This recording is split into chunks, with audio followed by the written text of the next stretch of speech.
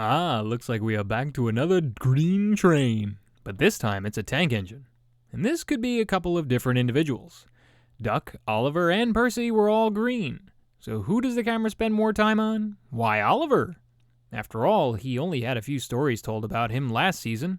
Here we start off with him returning to his greatest fear, troublesome trucks. I'd rather not use them, he puffed to himself. But the cars sang songs rude and loud. Scruffy, their leader, led the chorus. Oliver's no use at all, thinks he's very clever. Apparently, this song is one the trucks really like making different variations of. Pop Goes the Diesel was the last rendition we heard of this one, in the same titled episode of Season 2.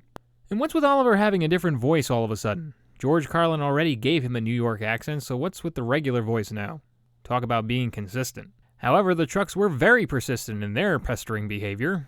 They couldn't be everywhere, and everywhere they weren't, the cars began again. Oliver's no use at all, thinks he's very clever, says that he can manage us, that's the best joke ever.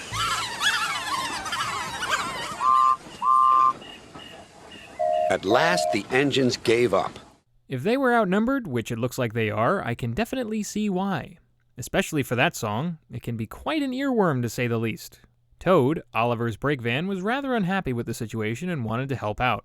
I don't know how, though. What exactly could a brake van have experience with that an engine would not? Perhaps he does know something, but I don't see how since he doesn't deal with the trucks as much as the engines do. He did have something in mind, though. I'm worried, Mr. Douglas. This disrespect for engines, where's it going to end? Who knows? Sighed Douglas. I've got a plan, Mr. Douglas.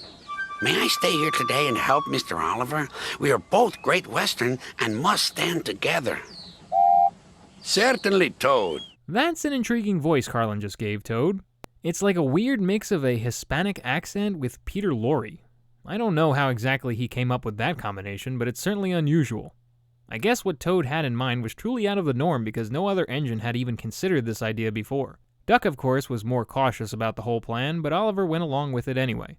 Very well, Oliver, conceded Duck, but I must hurry. My passengers will be waiting. Good luck. So long, smiled Oliver bravely, but he felt dreadfully nervous inside.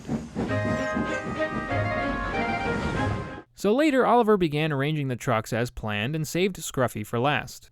Toad then told him the advantage of having Scruffy last, which was if he caused trouble, Oliver could reprimand him a lot easier. But even so, if Scruffy's the leader, that doesn't mean Oliver will be able to control the whole train of trucks. But I'm sure if he can show the rest of them what he can do, then maybe things might change. And so began Toad's final step in the plan. Hold back, whispered Scruffy, and pass the word to the others. The silly cars giggled.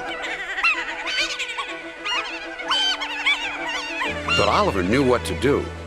There was plenty of sand on the rails and his wheels gripped splendidly. So that's how Oliver's going to get his traction.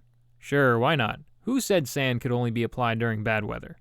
And as Oliver began pulling the trucks, they held back like they were expected to. Little did Scruffy know about Toad and Oliver's plan. And just like Duck did in Pop Goes the Diesel, he too stood by and watched with interest. Which in that case, this title should have been Toad and Duck Stand By. Or something to that effect. It's not just Toad. Scruffy, on the other hand, had other things to be mindful of. Oh! Wailed Scruffy. I'm coming apart!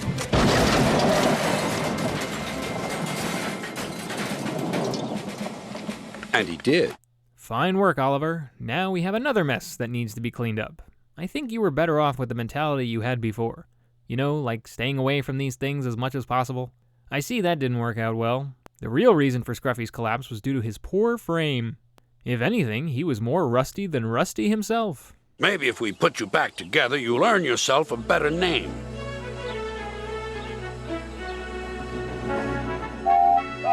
Nowadays, Oliver only takes the cars when the other engines are busy. But they're always quick to warn each other.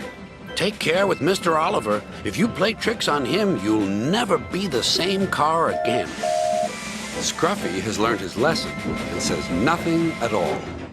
At least he looks better than before. I don't know why he got a rebuild though when that spiteful brake van from Season 2 never did. Both were annoying pieces of rolling stock and didn't really deserve to be put back together. Maybe Scruffy was the only truck owned by the Tidmouth-Sodor ballast contractors. As for the story itself, it's alright because it does further Oliver's story of dealing with trucks. However, it feels a little bit misplaced seeing that Oliver's story arc was mostly in Season 3 and ended there. The latest addition to the list of characters was Toad, who had been seen before but never spoke until now. Oh, and the continuity in voices was really what bugged me here. I don't know why Carlin changed it. Just stick with whatever you give them until the next narrator takes over. Music was very much focused on Oliver here. 3 times his cues are played. First his signature cue, then his triumphant theme for the pull-apart challenge with Scruffy, and then at the end. Of course, we can't forget the recycled Pop Goes the Diesel cue, now altered in its lyrics. Now as for locations, really the only 2 areas to be featured were the shunting yards, where the chorus of trucks burst into song, and the other was Callan Station, which I must say has only been seen a couple times. However, this is probably the biggest event to come about so far at this place. Next episode is Bullseyes. Thanks for watching.